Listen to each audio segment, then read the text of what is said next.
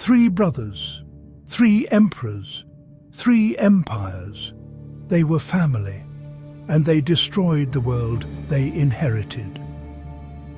At the beginning of the 20th century, Europe was one big family. Kings, emperors, tsars, all connected by blood.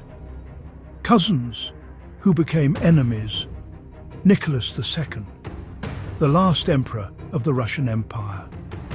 He did not want power, but inherited an empire already collapsing. And from the very beginning, there were signs. Kodinka Field, the coronation celebration.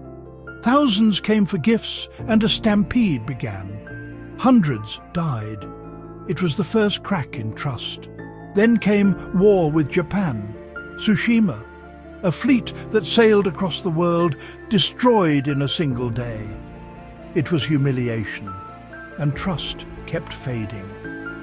His wife, Alexandra, sister of Wilhelm. After their son's illness, she lost control. Then came Rasputin, a man with strange influence. Rumors, fear, chaos. And then 1914. Nicholas steps onto the palace balcony, and the people support him. God save the Tsar.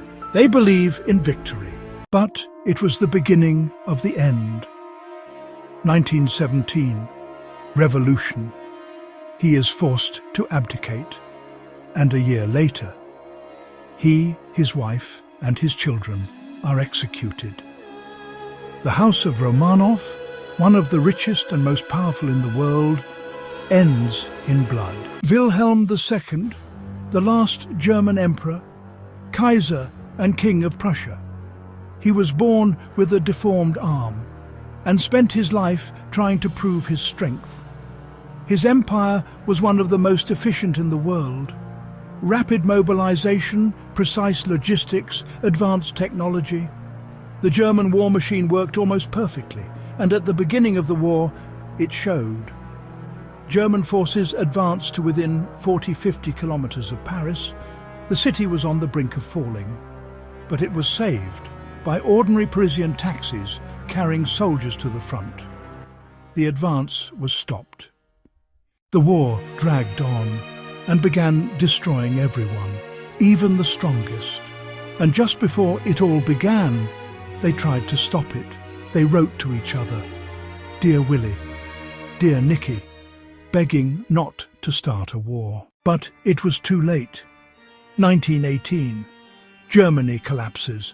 The empire falls. He flees and lives the rest of his life in exile. In the 1930s, he meets Hitler, the old Kaiser and the new ruler of Germany.